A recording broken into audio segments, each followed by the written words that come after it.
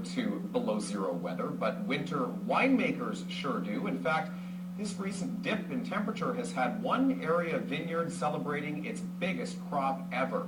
And Roger Klein went there today to bring us the story. There we go. Vanessa McKean is pulling back the netting that has been protecting these grapes until they are ready to harvest, frozen on the vine. She says this is a bumper crop, and the recent cold snap has created perfect conditions for making ice wine. So it has to be -8 or colder in order for the water inside of the grape to be frozen, and we harvest and press the grapes at that temperature. This is the fourth and largest vintage harvested frozen on the vine here in the Beaver Valley, enough to produce about 3,000 bottles of wine.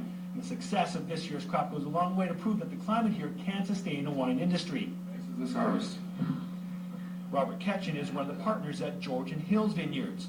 Most of its wines are produced from the fall harvest, but now winter wines are quickly becoming a local specialty too. Makes us really a viable industry here in Beaver Valley.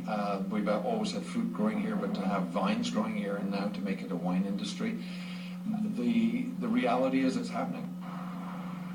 Chefs in the region have been quick to embrace the idea of the Beaver Valley becoming a wine region.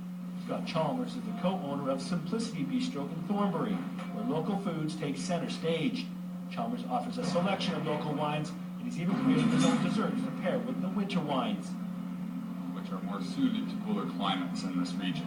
Where Georgian Hills is much about taste of the land, the terroir, and they really try to show what this escarpment area tastes like.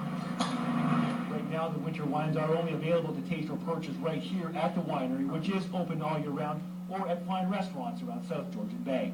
Roger Klein, CTV News, Victoria Corners. One of the many